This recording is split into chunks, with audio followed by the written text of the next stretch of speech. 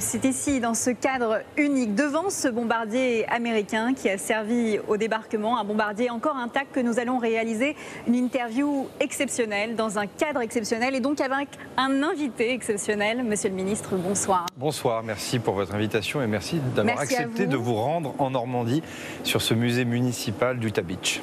Merci à vous, puisque je sais que votre parole est rare. Vous venez de le dire, nous sommes ici à Utah Beach.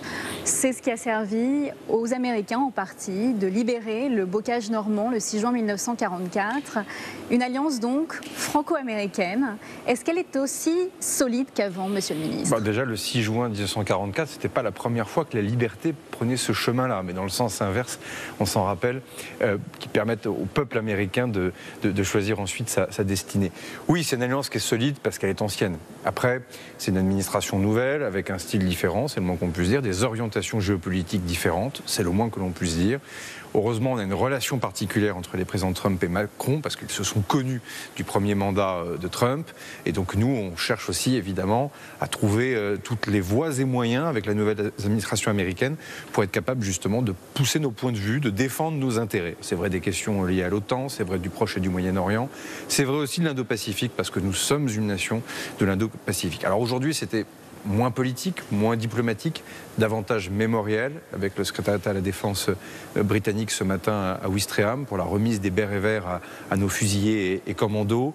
Colville, avec ce cimetière très émouvant pour la cérémonie américaine, et cet après-midi, la cérémonie internationale.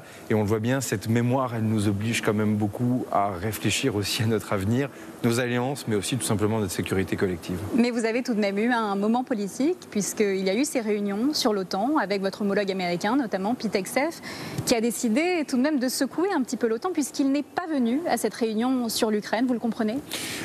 Il a d'ailleurs choisi de venir plutôt en France. J'aurais bien du mal à lui reprocher.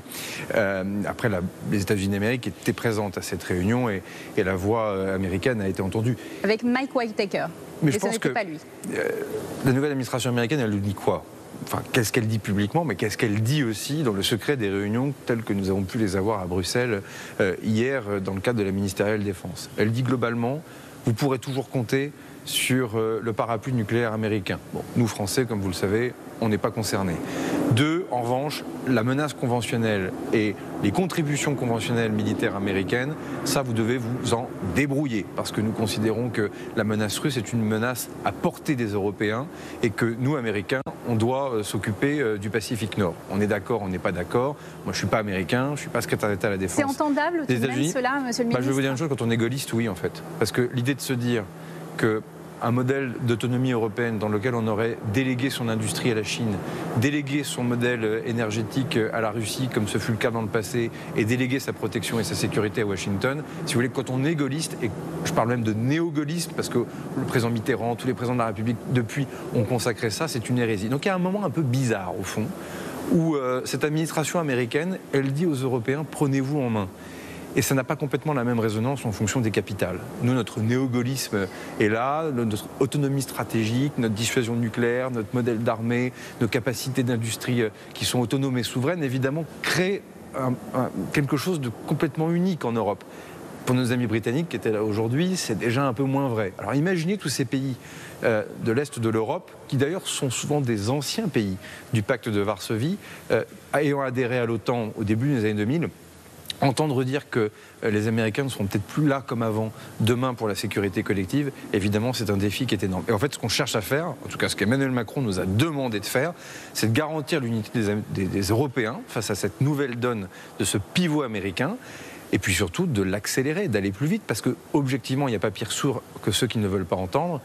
Rappelez-vous les déclarations, certes peut-être plus politiquement correctes, de l'administration précédente démocrate, ou même les déclarations de Kamala Harris pendant la campagne présidentielle, ce pivot de l'Europe vers la Chine, pour les États-Unis d'Amérique, au fond, on voit bien qu'il est largement partagé par les différents courants de pensée qui siègent au Congrès et qui animent la vie politique à Washington. De toute façon, il y a un moment de vérité qui est très puissant pour nous, et donc comment on s'en sort ? quelles sont les orientations stratégiques que nous prenons. C'est ce qu'on cherche justement à définir avec les différentes capitales européennes. Et au fond, Paris est un peu moteur parce que notre histoire fait qu'on a pris un peu d'avance en la matière. Monsieur le ministre, vous avez eu des conversations très directes avec votre homologue américain, Pete Hegseth. Est-ce que vous pensez sincèrement qu'ils peuvent retirer les troupes américaines de l'Europe? Ils sont en train de faire ce qu'ils appellent une revue stratégique, donc ils ne donnent pas beaucoup de détails sur ce qu'ils peuvent faire. Puis de toute façon, une fois de plus, nous ne sommes pas concernés. Depuis 1966, il n'y a plus de troupes américaines sur le territoire national. Notre modèle n'est pas impacté par ça, notre modèle français. En revanche, le modèle de la défense du continent européen est largement impacté par les décisions potentiellement prises par les États-Unis d'Amérique. Parce que les plans de défense en Pologne, en Allemagne, en Roumanie sont des plans de défense qui incorporent évidemment les forces américaines. Et je ne parle même pas de la protection du ciel et de la protection des espaces maritimes qui sont sans doute encore plus sous dépendance des moyens américains. Porte-avions, un groupe aéronaval pratiquement en permanence en mer Méditerranée, la protection liée aux menaces de la sous-marinade russe sur l'Europe du Nord. Autant de sujets où si demain il y a moins de moyens américains, il faudra bien que nous, Européens, on en fasse plus. Et vous voyez bien comment, évidemment, nous, Français, on a un rôle particulier à jouer en la matière. Justement, comment fait-on quand on voit un pays comme la Finlande, avec sa frontière déstabilisée presque tous les jours par les Russes? La Finlande, pays de l'OTAN, on ne va pas refaire l'histoire de l'article 5 ici, mais il y a tout de même un principe de défense mutuelle, même s'il n'est pas automatique. Comment les Américains réagissent face à cela quand ils voient la situation à la frontière avec la Finlande? Comment nous, également Français, pouvons-nous prendre le relais face à ça? Je pense qu'au fond, on a deux types de menaces en fonction de la période que l'on va vivre. Il y a une menace, elle est déjà là, elle est hybride, informationnelle, cyber. Et d'ailleurs, plus ces pays sont proches de l'Ukraine et de la Russie, plus ils sont exposés. C'est vrai en Union européenne et dans l'OTAN. C'est vrai aussi en dehors. On ne peut pas ne pas citer ce qui se passe, par exemple, en Moldavie. Après, ça va beaucoup dépendre de comment ça va se terminer en Ukraine. La plupart des grandes villes de garnison russes, frontalières avec la Finlande, frontalières aussi d'ailleurs avec la Norvège et avec les pays baltes, sont des villes de garnison aujourd'hui pratiquement vides. Tout simplement parce que l'essentiel des forces russes sont employées évidemment sur la ligne de front ukrainien. Il est certain que demain, la régénération des forces armées russes dans les capacités industrielles, les capacités de munitions balistiques, mais aussi les capacités de régénération humaine vont présenter un défi. Je ne rentre pas trop dans le détail, vous le comprendrez bien, mais c'est quelque chose évidemment qu'on surveille de près et dont nous parlons avec les Britanniques et les Américains et les Allemands et les Polonais, pour faire vite, et aussi les Italiens pour les menaces maritimes qui nous menacent très directement, en tout cas qui nous impactent très directement. Donc oui, d'un côté vous avez une administration américaine qui dit on ne sera peut-être pas toujours là, on est d'accord, on n'est pas d'accord, il faut faire avec. Pays souverain qui donne sa politique, comme nous entendons bien à ce qu'on respecte notre politique et notre souveraineté. Et de l'autre côté, vous avez des forces russes qui sont complètement cannibalisées, fixées par le front en Ukraine, mais qui demain, nécessairement, retourneront dans leur ville de garnison et présenteront un risque qui, évidemment, est bel et bien présent.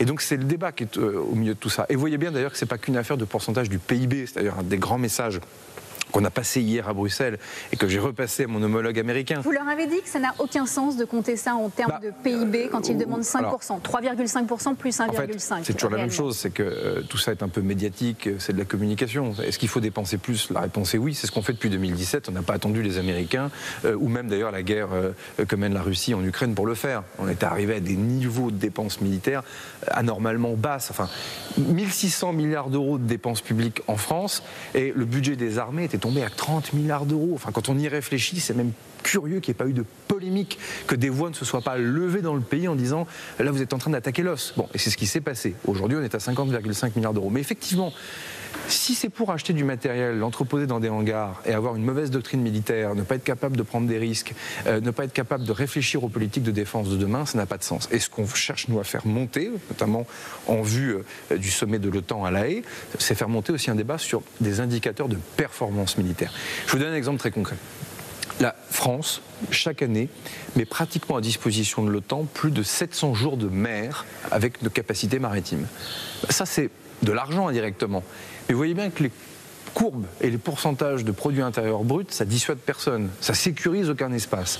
En revanche, le nombre de jours à la mer d'une frégate multimission ou d'une FDA ou d'une FDI, une frégate de défense et d'intervention, ça c'est de la contribution militaire directe. Et je ne veux pas brocarder les petits camarades européens, enfin souvent ceux qui affichent parfois des dépenses publiques militaires très importantes, sont ceux qui ont des contributions militaires réelles, c'est-à-dire le nombre de troupes terrestres. Vous parlez de qui, monsieur le ministre? Non, je suis plutôt là pour fédérer les capitales et les différents collègues. Les Américains n'hésitent pas à pointer du doigt, vous le savez bien. Chacun son style. Chacun son style. Mais vous avez des capitales aujourd'hui qui effectivement dépensent de l'argent, mais parfois peuvent rechigner à mettre à disposition des bateaux, des troupes, des avions. Or, vous le voyez bien, l'armée de l'air française, elle patrouille dans le ciel estonien, elle patrouille dans le ciel roumain, elle patrouille dans le ciel polonais. Donc la vraie architecture de défense, c'est ça. Et si j'étais peut-être moins politiquement correct, puisque vous m'y invitez, je vous rappelle que pendant des années, nous avons lutté contre des menaces terroristes au Levant et en Afrique, qui auraient pu se concentrer sur l'Europe et que nous l'avons fait pour l'ensemble des capitales européennes. Donc au fond, ce que disent les Américains en mode « il faut aussi être capable de vous prendre en main », moi, ça me laisse assez, non pas indifférent, mais il y a une part de moi-même, une fois de plus militant gaulliste, qui dit bah enfin, c'est peut-être qu'il aura fallu passer par l'administration Trump pour avoir ce réveil européen, parce que souvent, les militaires français, y compris ceux que vous recevez sur vos plateaux, ont pu dire mais enfin quand même, on se prend toute la lutte antiterroriste sur nos épaules, et les autres capitales européennes, parfois, elles ont eu du mal aussi à contribuer. C'est venu après plus tard avec la force Takuba, mais ça a pris du temps. Donc oui, il y a un moment de réveil, et c'est sûr que c'est un moment de vérité pour l'ensemble des capitales en Europe. Qui va donc se concentrer sur l'Ukraine? On a appris que les Américains ne voulaient pas s'occuper du ciel ukrainien en cas de cessez-le-feu. Est-ce que les Européens, et je parle bien des Européens, non pas d'une coalition de volontaires, mais des Européens, est-ce qu'ils sont capables, est-ce que nous sommes capables de protéger le ciel ukrainien en cas de cessez-le-feu, monsieur le ministre? Notre amitié avec les Américains nous amène à leur dire que la manière dont ils vont organiser la fin de cette guerre en Ukraine va beaucoup influer sur leur influence, sur leur crédibilité, pardonnez-moi, pour la suite. Ils n'ont pas l'air de l'entendre pour l'instant, monsieur le ministre. Je crois que dans les discussions que nous avons en privé, lorsqu'on lit ce sujet à Téhéran, à la menace nucléaire iranienne, à la menace nucléaire de Corée du Nord, à la présence de soldats nord-coréens sur la ligne de front, on leur dit quand même que visiblement il y a un lien. Et ils ne peuvent pas le dénier. Donc ça, je crois que ça progresse également. Je pense qu'une partie de l'administration américaine pensait de bonne foi, là aussi on en pense ce que l'on veut, qu'une voie diplomatique rapide était possible. On voit bien que les pratiques soviétiques sont toujours d'actualité, avec des techniques de négociation qui font durer, avec Moscou qui envoie davantage ses historiens pour négocier que ses diplomates et ses militaires. Donc on a un jeu de dupes évidemment très important. Votre question est précise, c'est est-ce que dans le cadre de cette coalition des volontaires, on est capable de mettre en œuvre des garanties de sécurité pour la suite? Oui, et c'est ce que nos chefs d'état-major des armées ont commencé à faire. Parce qu'en fait, si on ne veut pas revivre Minsk 1, Minsk 2, et revoir de nouveau cette guerre démarrée, ce qui serait évidemment épouvantable pour notre sécurité collective, mais également pour nos intérêts sociaux, économiques, énergétiques, agricoles, parce qu'on a bien vu quand même l'impact de cette guerre sur nos intérêts propres, eh bien on se doit de créer un cadre de sécurité qui soit beaucoup plus robuste pour faire en sorte que non seulement le cessez-le-feu soit respecté, mais aussi que ensuite la reconstruction de l'Ukraine puisse se faire. Et au fond, ça passe d'ailleurs par un combat. C'est celui de la régénération de l'armée ukrainienne, ou si je le disais de manière plus négative, c'est de refuser toute forme de démilitarisation de l'Ukraine. Parce que vous voyez bien que ce qui se joue en sous-main dans ces négociations, c'est une demande très précise de Moscou, qui est de faire en sorte qu'il n'y ait plus d'armée ukrainienne.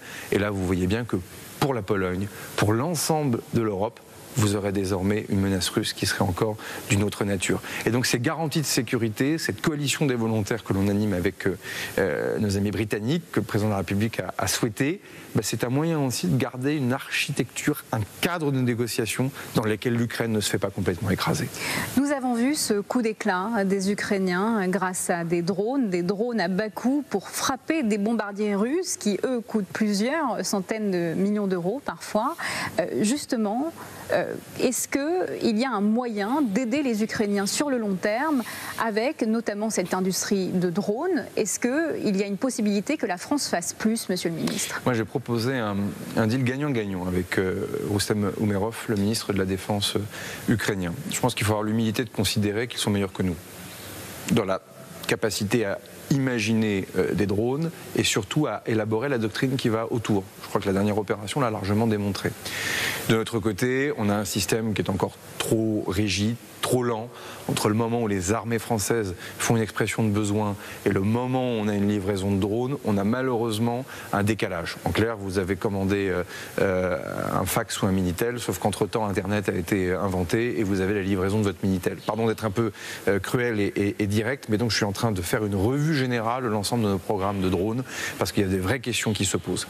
Et donc, aux Ukrainiens, je leur ai dit la chose suivante. Nous, on va arriver avec des capacités de production, parce qu'on a des entreprises qui sont capables, évidemment, de designer des produits, parce qu'on a aussi des industries civiles, notamment dans le monde de l'automobile, qui sont capables d'avoir une production de masse, une organisation des sous-traitants et des stocks qui soit, évidemment, très robuste et très puissante. En revanche, il faut que les Ukrainiens nous apportent ce qu'on appelle le retour d'expérience tactique de la ligne de front, parce que ça va tellement vite qu'au fond, c'est à eux de nous apprendre aussi ce qui se passe. Et en fait, comme nous sommes une armée d'emploi, potentiellement engagée et engageable, on a besoin de ce retour d'expérience. Vous savez, le canon César d'aujourd'hui et le canon César il y a 4 ans, c'est plus le même, parce que l'Ukraine nous a appris énormément de choses. Et donc, on va se lancer dans un partenariat complètement inédit, où une grande entreprise produisant des voitures françaises, je ne donne pas le nom parce que c'est à elle de l'annoncer, mais va s'allier avec une PME de défense française, et sur lequel nous allons armer des lignes de production en Ukraine pour être capable de produire des drones, non seulement pour les Ukrainiens,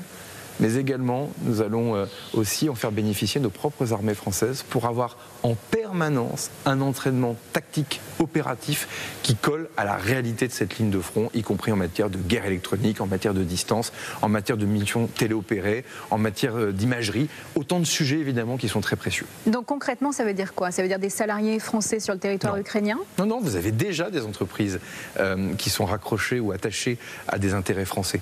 Vous avez déjà en Ukraine des entreprises qui peuvent travailler avec des grands groupes français. Donc il n'y a pas besoin en plus de demander à des citoyens français d'y aller. Et pardon, humilité. Aujourd'hui, les chaînes de production qui sont présentes en Ukraine, mais qui peuvent être adossées à des capitaux français, sont parfois beaucoup plus performantes que nos propres chaînes de production. Je pense qu'il faut avoir l'honnêteté de le dire. Je ne suis pas content de vous le dire.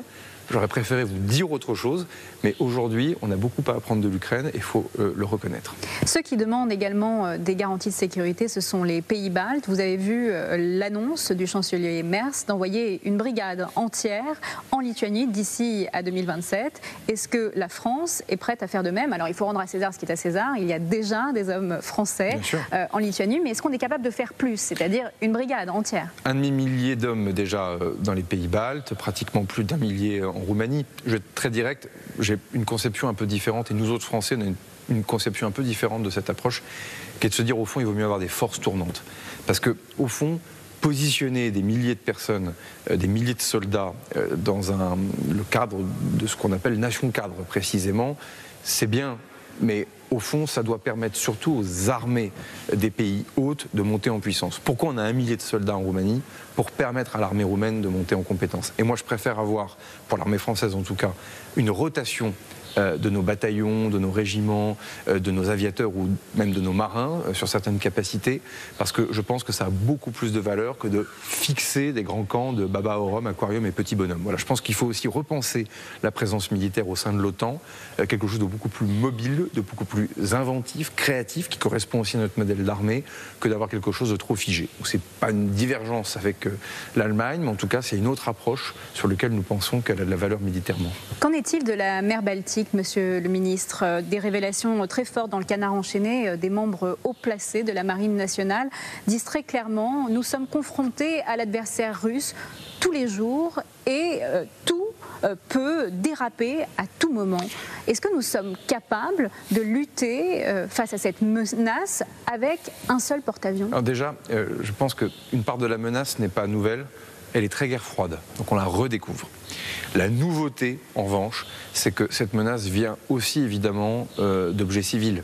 La flotte fantôme, les menaces qui pèsent sur les câbles, sur les pipelines. Et donc au fond, on a un champ de menaces hybride qui est beaucoup plus fort dans cette zone que ce n'était le cas pendant la guerre froide. l'enjeu n'est pas tellement l'usage du groupe aéronaval dans cette zone, mais davantage chasseurs de mines, davantage protection évidemment des airs au-dessus de la mer et évidemment la question des sous-marins russes. Parce que l'essentiel de cette menace, elle vient souvent sous la mer. Et c'est là où la coopération avec Norvège, Pays-Bas, Grande-Bretagne et France est clé. Alors je ne vous fais pas de dessin entre Grande-Bretagne et France par définition, pour des raisons éminemment liées à nos dissuasions nucléaires. Il y a déjà une interopérabilité, des capacités de sécurisation des routes maritimes qui sont importantes, y compris dans les fonds sous-marins. Mais là, on doit aller plus loin, et notamment avec les pays d'Europe du Nord, c'est la question de la guerre des mines de demain. Parce que là, vous avez une menace hybride, qui peut d'ailleurs aussi être terroriste. Imaginez si demain, les approches du port du Havre, de Rotterdam ou d'Anvers font l'objet d'un piégeage massif.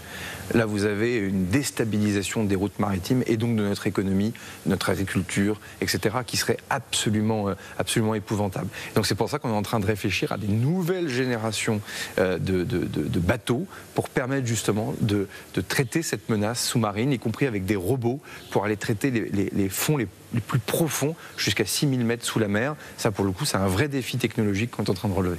Les sous-marins, les frégates, ça fait partie de votre projet de la loi de programmation militaire 2024-2030, 413 milliards de dollars. Mais il y a eu d'euros, oui, pardon, c'est mieux.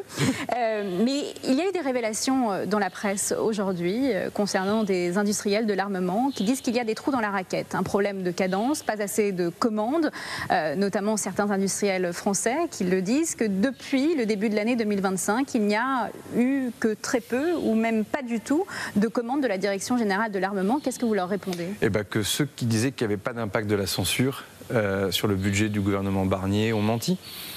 D'habitude, vous avez un budget qui est voté... Donc c'est Bercy, monsieur le ministre. Non, c'est pas Bercy, c'est la censure. Il faut être très clair. Vous avez un budget qui est toujours voté en octobre, qui permet à la DGA dès le 2 janvier d'engager et de passer les commandes. Le budget, il a été voté en février. Et les commandes, au lieu de démarrer le 2 janvier, elles ont commencé le 2 mars. Et donc d'ici à la fin du mois de juin, vous aurez l'ensemble des industriels qui seront payés. Mais c'est bien fait quand même, c'est une démocratie. Et figurez-vous qu'on ne peut pas dépenser l'argent que le Parlement ne nous a pas autorisé à dépenser. Et ça, c'est aussi un message de responsabilité pour celles et ceux qui ont censuré le gouvernement, qui ont bien le droit de le faire politiquement, constitutionnellement. Mais tous celles et ceux qui ont dit on peut censurer, ça n'aura pas d'impact, eh ben ça a eu un impact. Et pas tellement pour les 9 grandes boîtes de notre industrie de défense, mais l'ensemble des sous-traitants, y compris ici en Normandie, des PME de 10, 15, 20 personnes, qui tout d'un coup attendaient les commandes et le go du 2 janvier, et malheureusement le go Donc est il venu n'y a plus le 2 de mars. trésorerie en fait, monsieur le ministre. Il y a un problème, mais je ne peux pas engager... Si, depuis le budget a été voté, et les commandes sont en train d'être passées. Mais c'était un rattrapage, monsieur le ministre. Mais par définition, c'est pas une affaire de rattrapage. C'est qu'une loi de programmation militaire, c'est une trajectoire financière avec un nombre de bateaux, de chars, d'avions, etc. Et donc, pardon, mais c'est le seul endroit dans l'État dans lequel vous avez une visibilité. Donc chaque boîte sait à quoi s'en tenir sur ce qu'il doit tomber et doit arriver. En revanche, effectivement, la censure a décalé les choses. Après, je rajoute un point. Il faut que certains industriels n'hurlent pas trop avant d'avoir mal, parce qu'ils ont une responsabilité morale devant le contribuable. Non seulement on n'a jamais mis autant d'argent pour notre défense, 20 milliards d'euros de plus par an, depuis 2017. Ils disent ne pas avoir assez de visibilité. Non, ils en ont. Attendez, commande de long terme. Quand les crédits de défense diminuaient, ils en avaient, elle était à la baisse. Et vous avez désormais des gens qui se plaignent davantage, alors que le budget des armées augmente de 3 milliards d'euros par an, qu'avant. Bon, donc là, il y a eu un moment de tension et de stress lié à la censure, qu'il s'adresse aux députés qui ont censuré le gouvernement. Je rajoute qu'on ne peut pas dire que nous avons des records à l'exportation, ce qui est le cas depuis 3 ans, et dire qu'on n'a pas de visibilité. En revanche, là où il faut entendre les choses... Mais ça concerne que certains industriels, vous le savez très bien, monsieur le ministre. C'est là où les grands donneurs d'ordre, les 9 grandes boîtes de la BITD, je leur ai demandé de donner cette visibilité, en revanche, en mauvais français, à leur supply chain, c'est-à-dire à l'ensemble des sous-traitants. Car nous, évidemment, on donne la visibilité. Vous donnez une visibilité sur le futur porte-avions, par exemple. C'est un objet énorme. Derrière, c'est des centaines et des centaines d'entreprises qui vont travailler dessus. Il est évident que Naval Group de donner de la visibilité, non seulement au chantier de l'Atlantique, mais à la centaine de boîtes, qu'elles soient nucléaires ou non d'ailleurs, de plomberie, d'électricité, que sais-je, qui vont travailler sur le chantier. Et ça, c'est un enjeu parce qu'en fait, on voit bien qu'une part de nos filières industrielles ont été désorganisées à cause des diminutions de crédits budgétaires des années 2000, et donc il faut évidemment le reconstruire.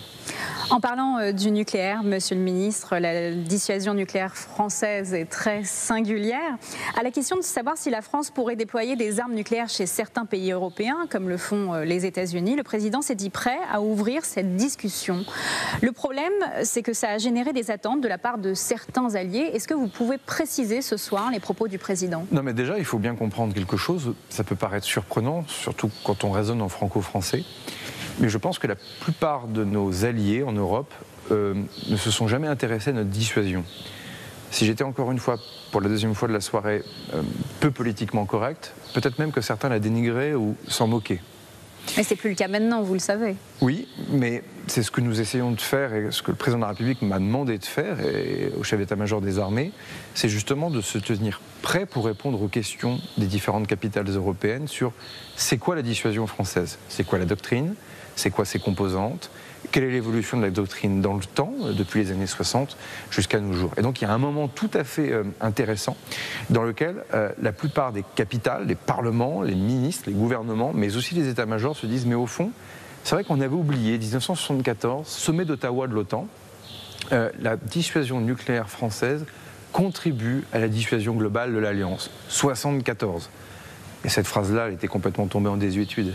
Et en fait, on n'est pas en train de réinventer des choses fondamentalement nouvelles. On est plutôt en train de réhabiliter des éléments de doctrine qui ont toujours été consensuels en France, mais qui petit à petit avaient tout petit peu disparu dans le dialogue stratégique global européen. Mais concrètement, ça veut dire quoi, Monsieur le Ministre? Ça veut dire potentiellement mettre des têtes nucléaires sur des territoires européens? Vous savez ce que disent certains experts du nucléaire? Ils disent trop d'ambiguïté tue l'ambiguïté. Oui, enfin, il n'y a pas d'ambiguïté sur le fait que pour emmener une bombe nucléaire française, il faut avoir un avion français qui s'appelle le Rafale.